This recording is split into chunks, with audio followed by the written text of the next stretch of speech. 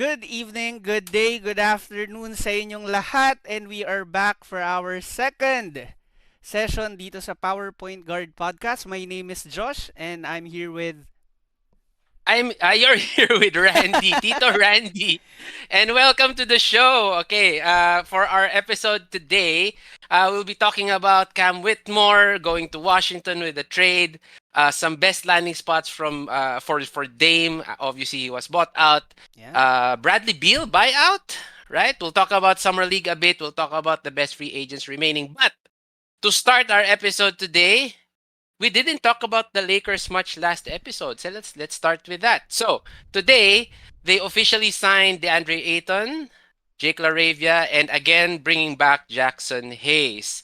So a lot of people are 50-50 with the fit of DeAndre Ayton with the Lakers. What's your opinion? What's your comment?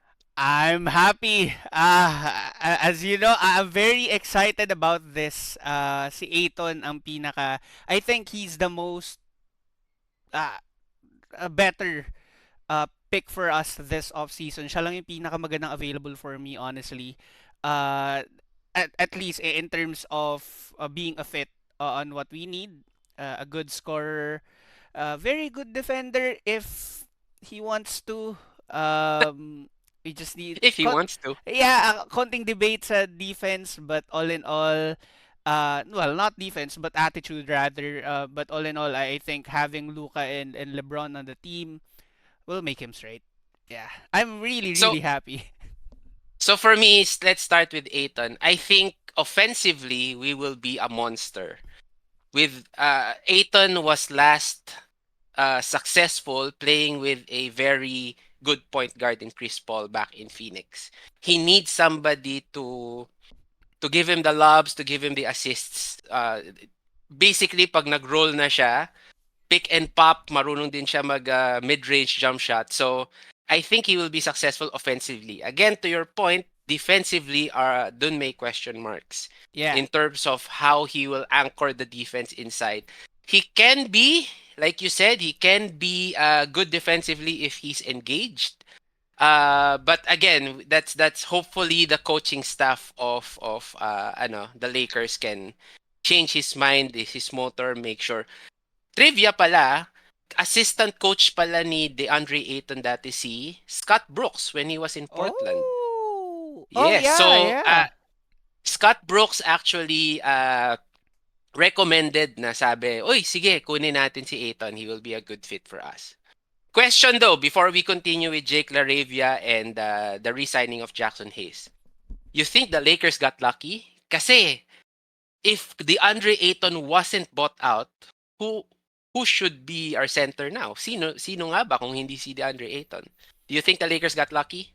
I I think medyo nabigyan tayo ng Hail Mary doon, honestly. Because without Aiton, and we discussed this on our last pod, if hindi natin makuha si Aiton and he was not the primary target this offseason, do we go the trading route with Kessler? And I think we're still pursuing Kessler based sa rumors ongoing um, sa association. But then again, we were very lucky. I think this is one of our best shots to go for a deep playoff run talaga this season. We need to make this work, and I think it'll work.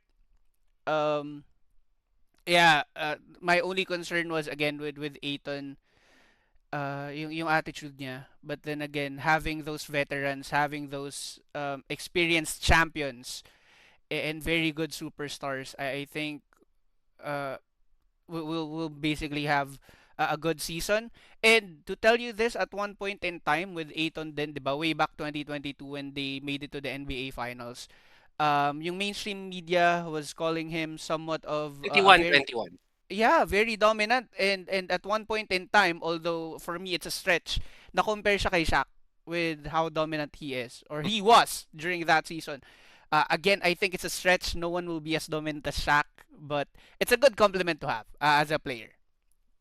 I think it helped also that the Andre Ayton's agent is the same agent as Luca.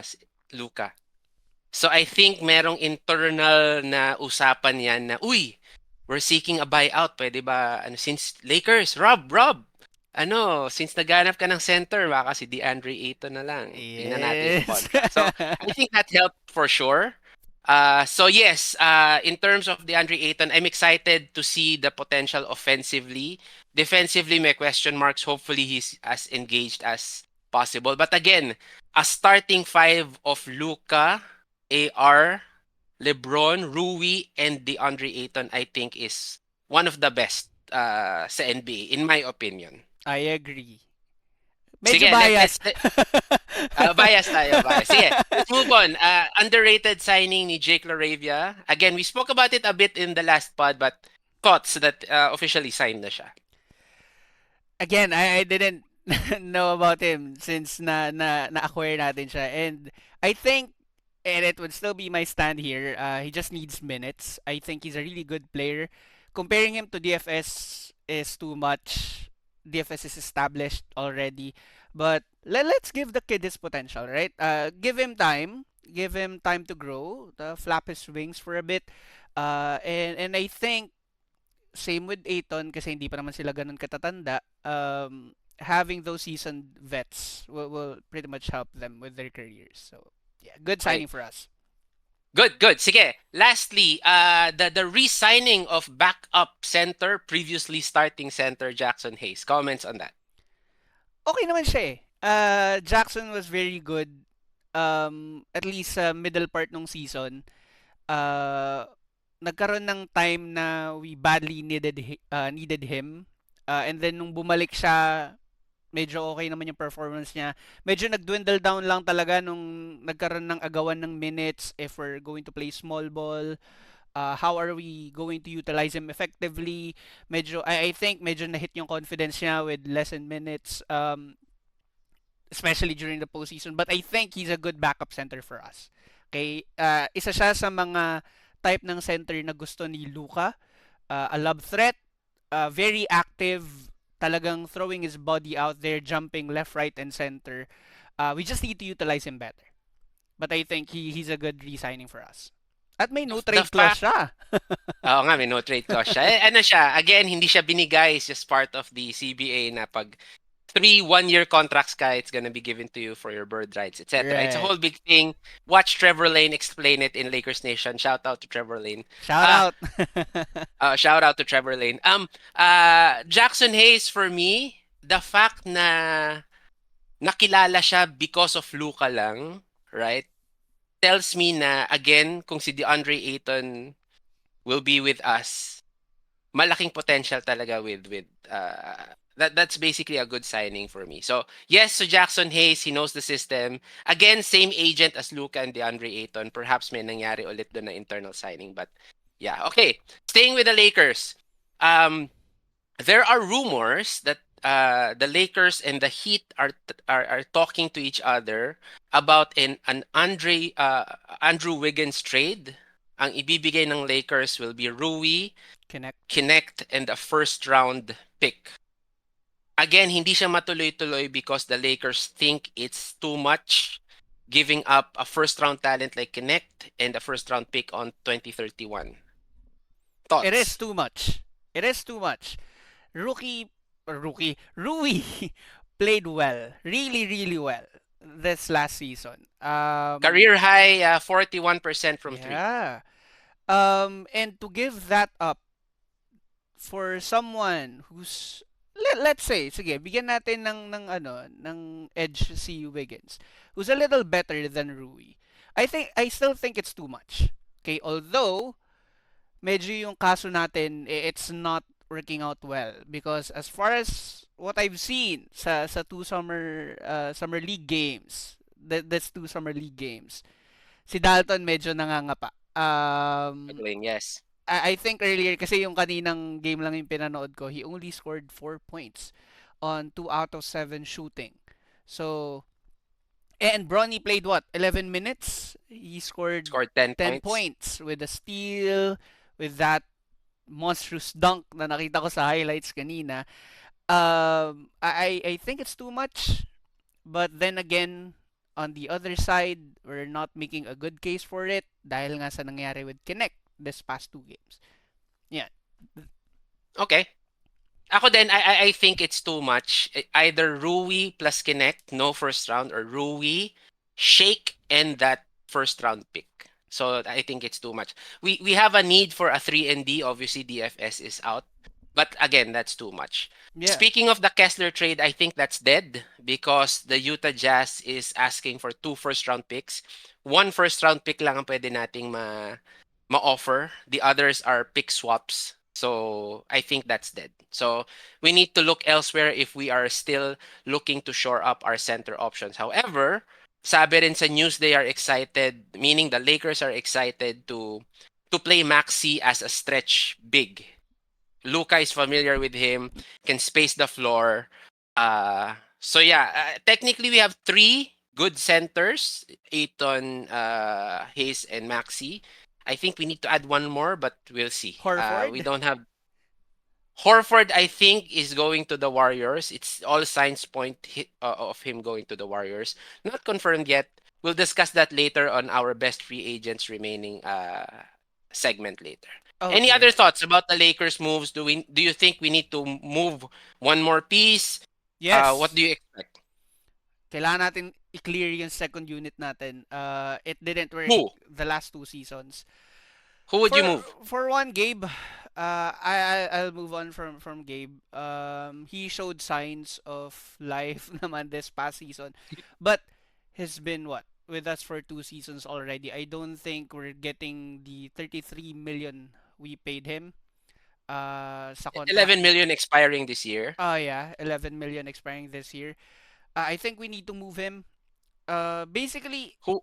everyone aside sa young guns natin. I think may maraming upside with having Bronny, with having Connect. To my surprise, Bronny is playing really well. Like, Mhm. really, really well. Yung mga last games siya sa G League last season, this game that he had with only 11 minutes of playing time, showed a lot of progress, and I think yun yung nakita ng Lakers. Sige, let's give it to the Lakers organization na oh, anak kasi ni LeBron yan, and to please LeBron we need to sign him. But then again, looking at him, na hindi ka bias, say hindi, let's separate his dad from him. He's been really great on the floor. Okay, the potential is there, we just need to maximize it. And I think Lakers are really, really great with doing that. So I kudos agree to with them. you.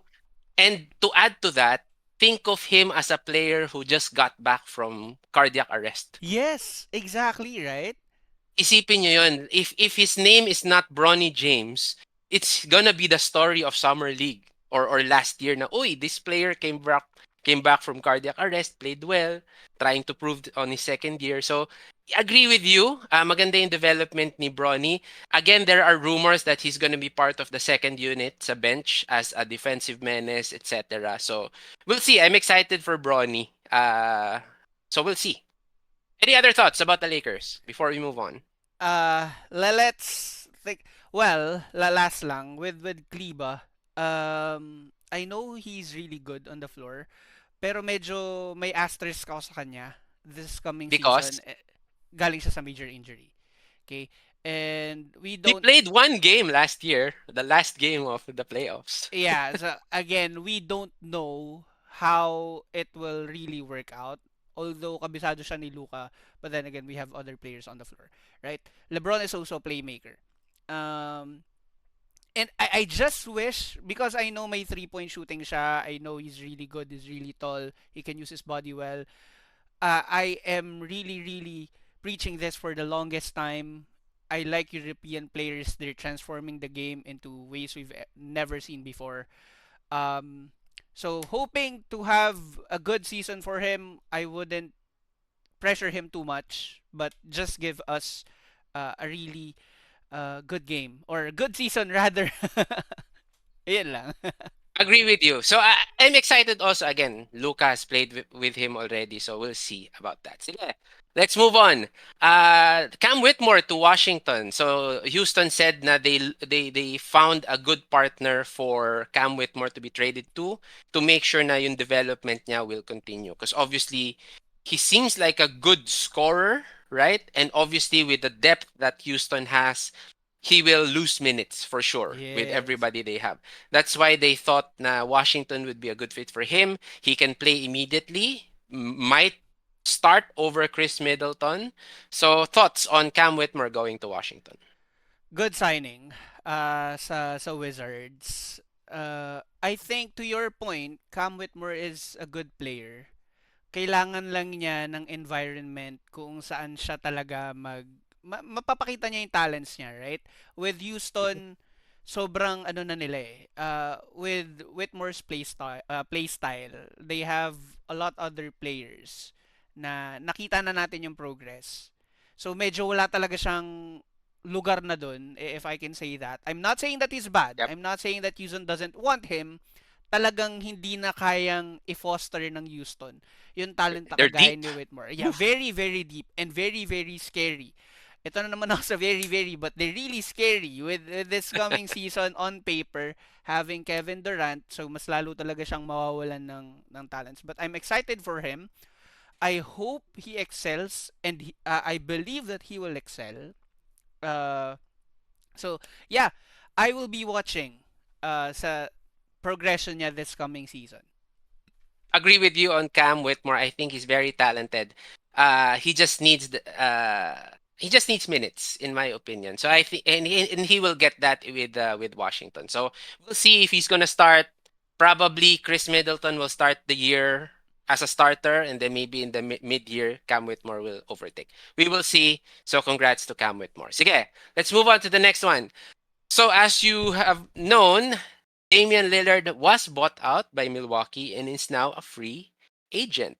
For you, what is the best landing spot for Dame? Which team should gamble on Dame? Obviously, he will not play this year because of the Achilles.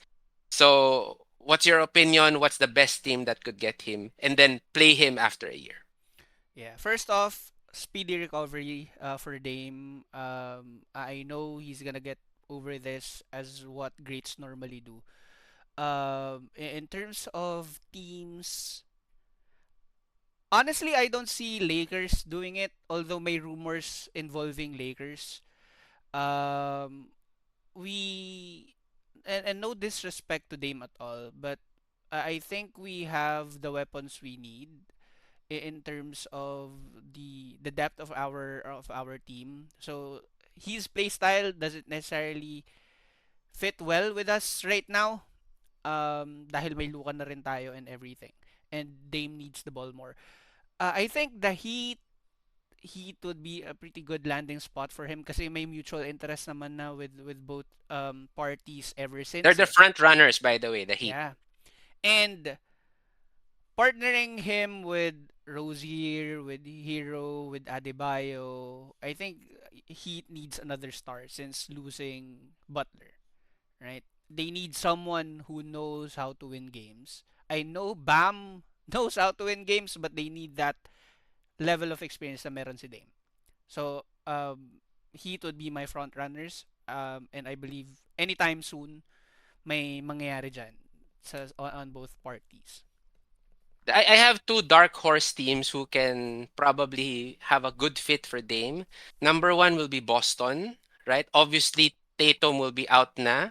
Might as well get Dame. Sabay sila mag-rehab and all Ng with that yeah. Achilles, right? They lost Drew Holiday.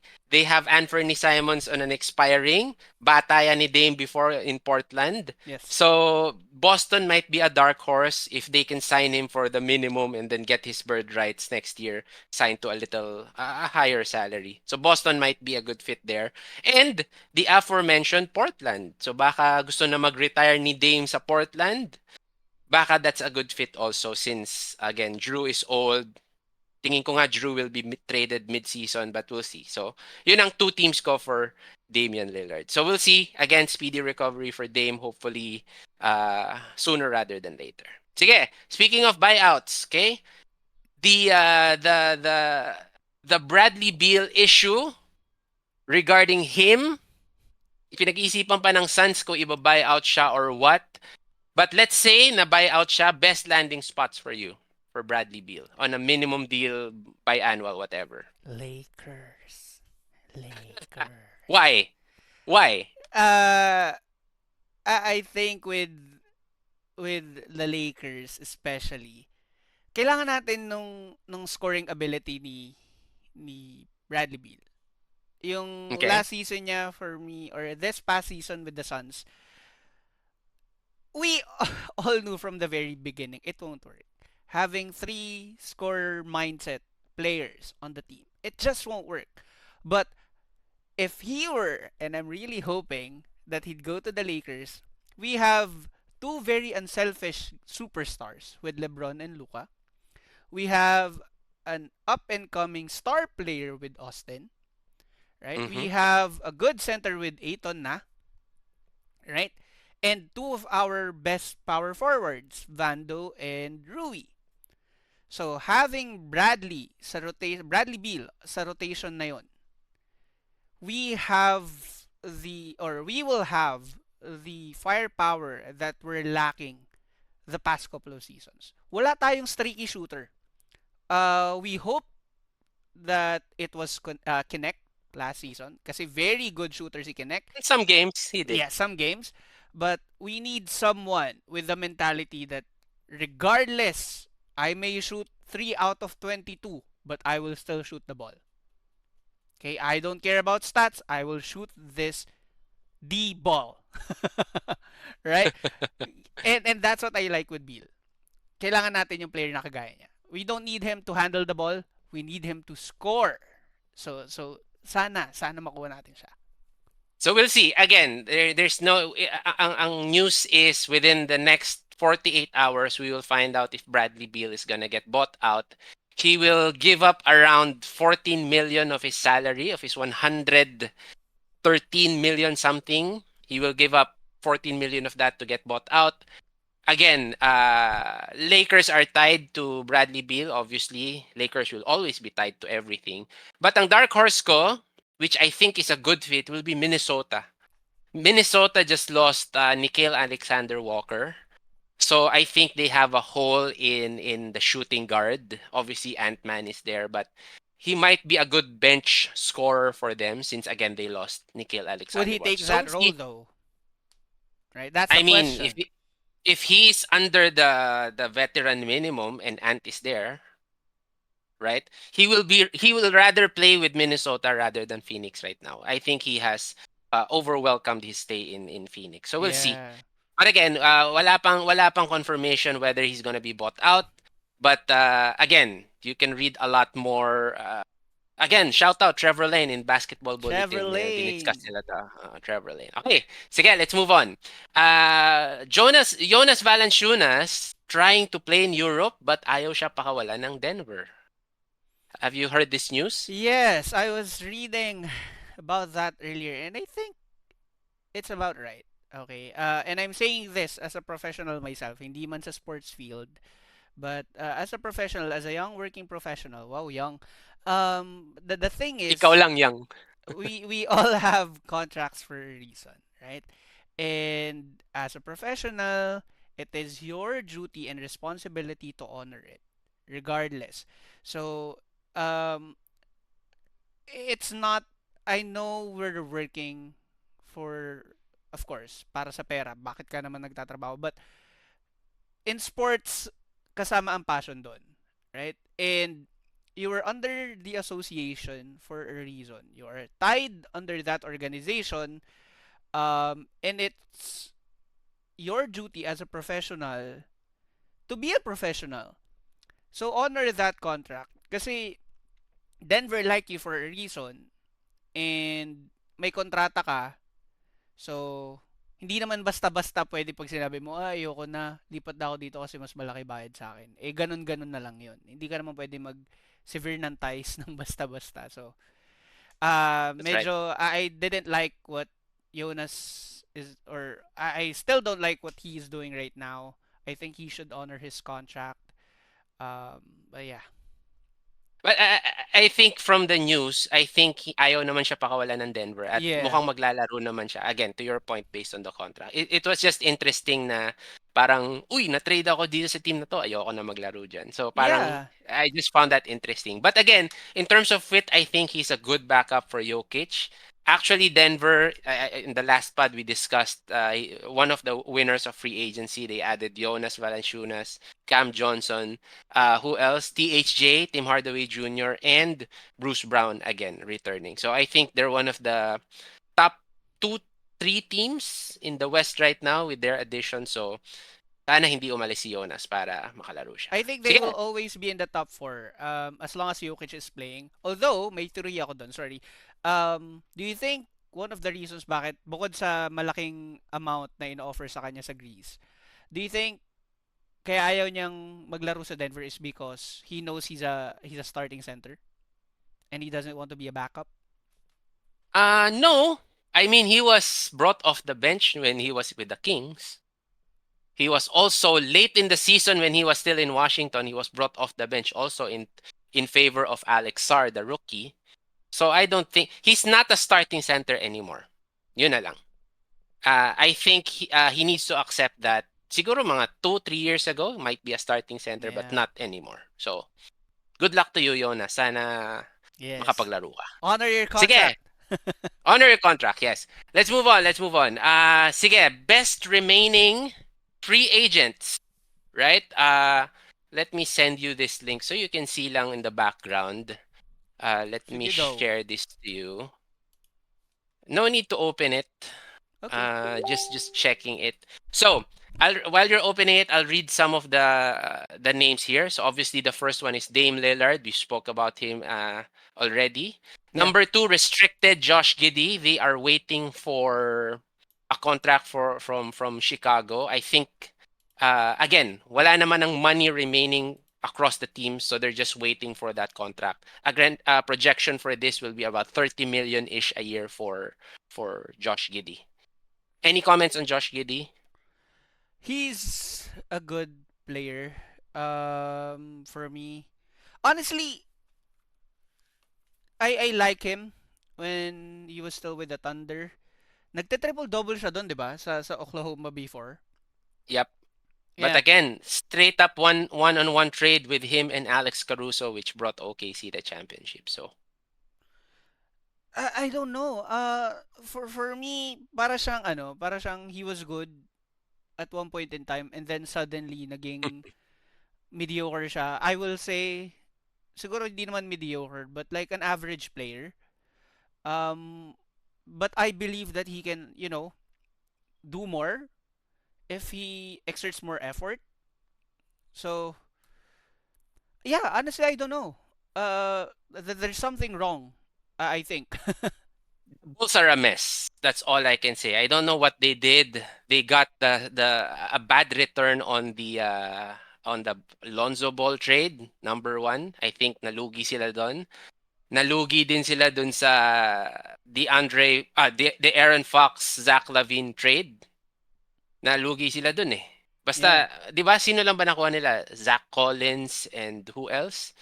Basta may nakuha sila. Basta, I don't know what they're doing. So, the Bulls are a mess. So, okay.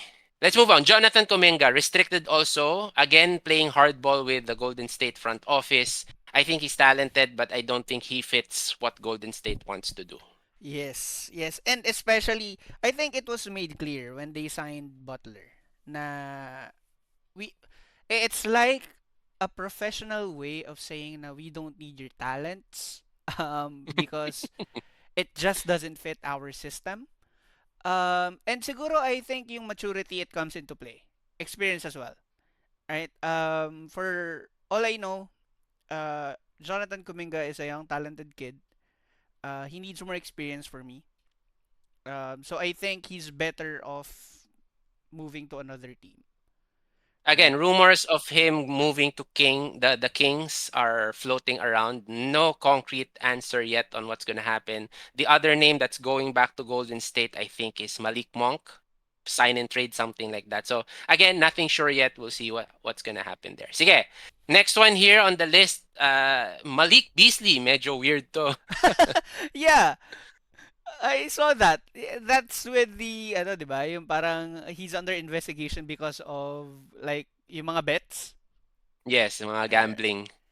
it's so weird kasi parang umingay yung pangalan niya last season and Oh, ang galing niya last season. Yeah, and if that's true, then shame on him. Kasi parang you're wasting your talents for like pennies, for dollars. Kumbaga, like Mhm.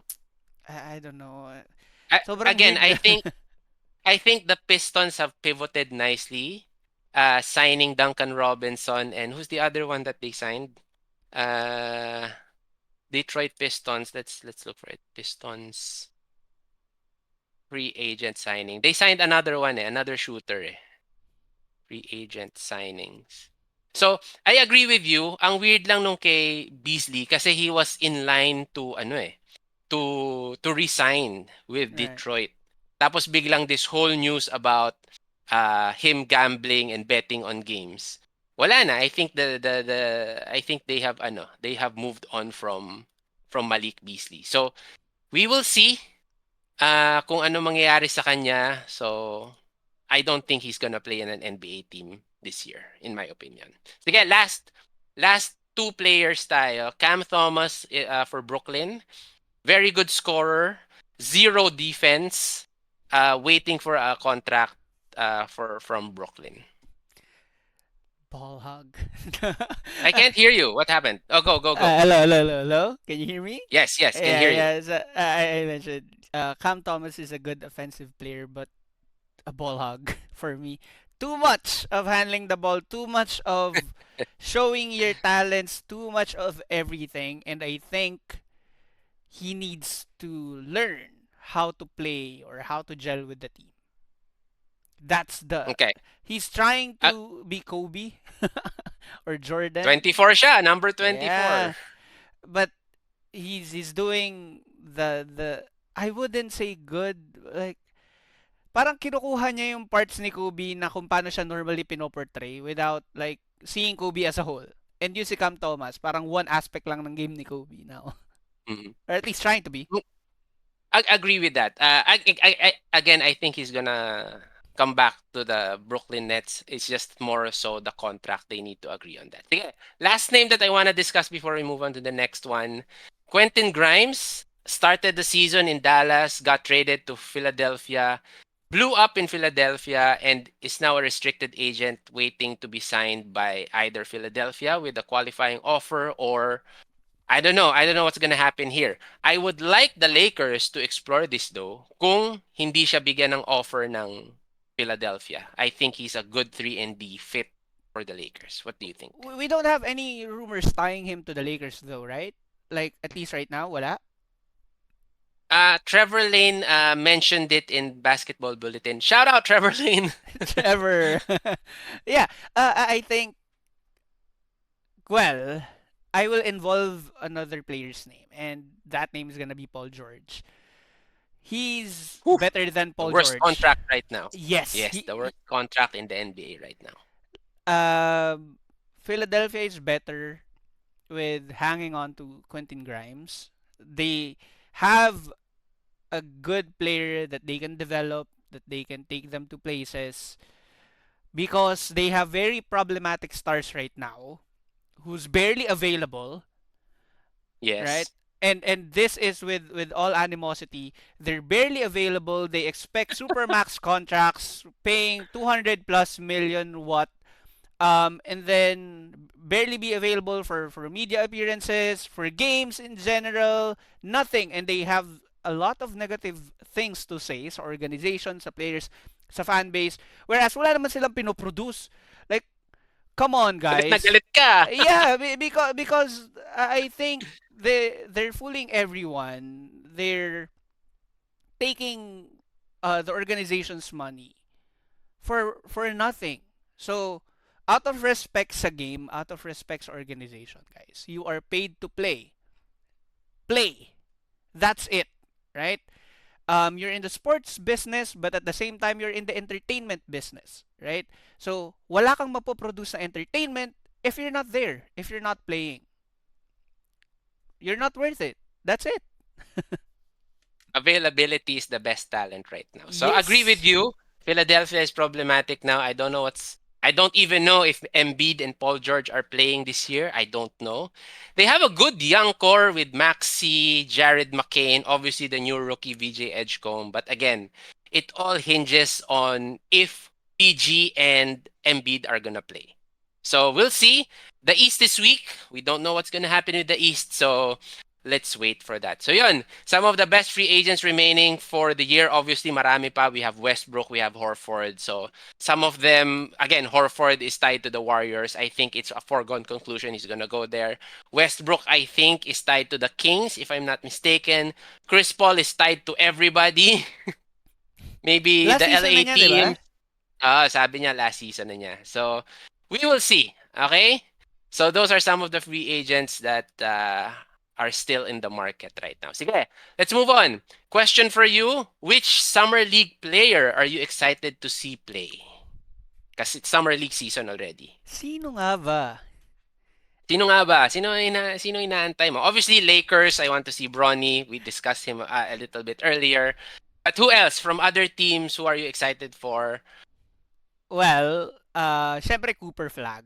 Um, pero as a Laker fan myself, as I've proudly mentioned on the last pod, si Ado talaga. But then again, may news Injured. na hindi siya maglalaro. Yeah, because of his injury.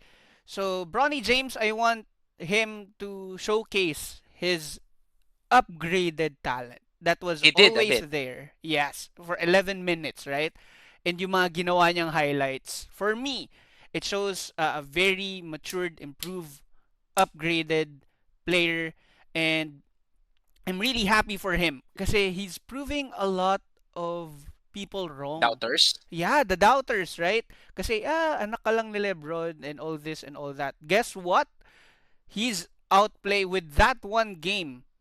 He outshined Kinect, which is a first round player, right? Of course, Cooper Plug. Tapos yung player na yung rookie ulit na ayaw maglaro sa Jazz. I forgot his name, Ace Ace Bailey. Bailey. Yeah, yeah, Ace yeah. Bailey. I'm looking forward He na played earlier, 3 for 13, 8 points yata siya kanina. too much for playing 2K kid. Sorry. Yeah, but those are the players I'm really excited to watch. Ako, I'm excited. Obviously, Cooper Flag. I think he's gonna be too good for Summer League. Cooper Flag. Yes, to Bronny. Ace Bailey, I'm not really excited. I'm excited to see sa New Orleans, si Jeremiah Fierce and si Derek Queen. Again, Derek Queen was the one that they traded a first round pick for. New Orleans did to climb up 10 spots to number 13 to pick this kid. Again, Derek Queen is a 6'9 center, very good skill set. Six Excited to nine. see if it's gonna 6'9 lang siya pero center. Very long arms, I think 7+ foot wingspan if I'm not mistaken. And Jeremiah Fierce, a very speedy point guard, very heady. So excited to see that. I think that's gonna be a good pairing in Summer League. So again, Summer League started with the California Classic about 2 days ago, if I'm not mistaken. But the real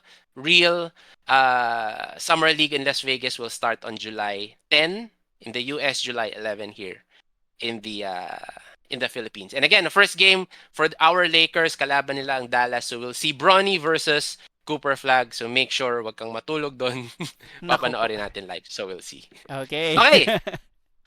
Sige, any other things you want to discuss? We're good na. Any other things you've thought of you want to discuss today? No. Sige. Let's flash the ano na, our game today. So, I have Josh will flash something.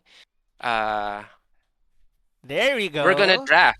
We're gonna draft. So, basically, what's gonna happen is if you can see the screen, we have Yes. the top 25 first picks of the last 25 years, right? So, mag-draft kami ni Josh, palitan kami to see who's gonna have Ah, the better lineup. Sige, pinagpapawisan ako. ikaw first pick. Who's gonna be your first pick out of the first overall picks for the last 25 years? Palitan Come tayo. on. Come on. We all know who's going to be the number one pick. LeBron James! LeBron! LeBron. LeBron ka, LeBron. Sige, list natin yan, LeBron. Sige, ako, my first pick will be ano siguro, will be Wemby. Wemby. Wemby Okay. ako, Wemby. So may Okay. big man na ako agad, transformational ano siya. Sige, who's your next pick? Hindi, dapat Ay. ako ulit Oh, para sige. snake. Okay. Oh, sige. Ganon, snake. Ako Okay. siguro to make sure na meron naman akong wing player. Or a point guard. Siguro ano, I'll go with Kyrie. Okay. So, Wemby and Kyrie ka na. MB Kyrie. Okay. I will Ikaw, take who's Orlando Magic Dwight Howard. Ooh. Ikaw ulit. Yeah. Okay. So, meron na akong scoring. Meron na akong defense sa kailangan ko ng power forward. Who's your Okay? power So, medyo forward? torn ako kay Martin, kay Zion, at saka kay AD. But, of course, the brow, A freaking D. So sino ka na? LeBron, AD, tsaka Dwight. Dwight. Yan, mga Lakers. Front court, okay ka na sa front court. Yes. Sige, ako, next two picks ko. So I have a point guard in Kyrie, I have Wemby. I need somebody to battle the front court. Manipis si Wemby. Manipis si Wemby. So siguro ano ako,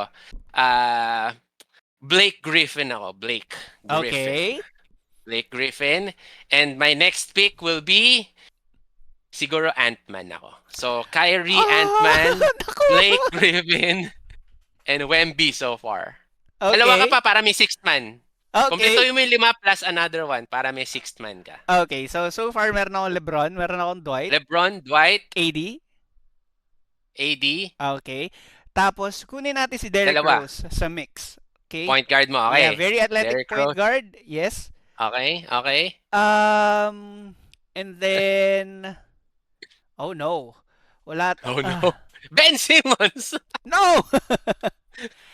uh, okay, why not? Cade. Yeah, sayang, kinuha mo yung kunin ko. Let me have Cade.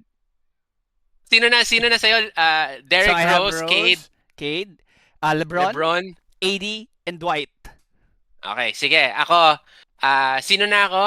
Kyrie, Ant-Man, Wemby, Wemby, Ant-Man, Blake. Blake. Yes. Sige. So, I have to complete my starting five. To complete my starting five, sino kaya kukunin ko dito? To Very complete my tight. starting five. Sige, I'll get Paolo Banchero to complete my starting five. He's gonna be my 3, right? And my sixth man will be Yao Ming. Yao Ming! Oh, Last okay. pick mo, sixth pick ka. Ay, sixth man mo. Okay. For my sixth man, I will get... Sige. I was... torn ako between Kevin Martin... Kenyon Kevin. Martin. Is it Kevin or Kenyon? Kenyon! Ibang Kenyon players si Kevin and Martin. Zion. Who will you get? I'll go for Zion, man. Why not? Six man. Okay, so recap. Sinong players mo? D. Rose, LeBron, Cade, AD, Dwight, and Zion. Zion, six man. Ako, ang players ko, Yeah. Kyrie, Ant-Man, Paolo Banchero, Blake Griffin, Wemby. Sixth man ko si Yao Ming. So, comment kung kaninong mas malakas na lineup dyan, kung sino nanonood, either kay Josh or kay Randy. So, we'll see. Nah. Comment down below. All right, that's gonna be our episode for today. Thank you all for joining. Don't forget to like and subscribe the PowerPoint Guard podcast. See you all soon. Josh, any last words? Like and subscribe, and as always, keep following us. There's gonna be a lot of good discussions coming in. Maybe heated debates. I don't know, but I guess you'll only know if you watch us. So please watch us, like and subscribe, comment na rin kayo, and we'll see you on our next pod. Thanks, guys. Thank you, everyone.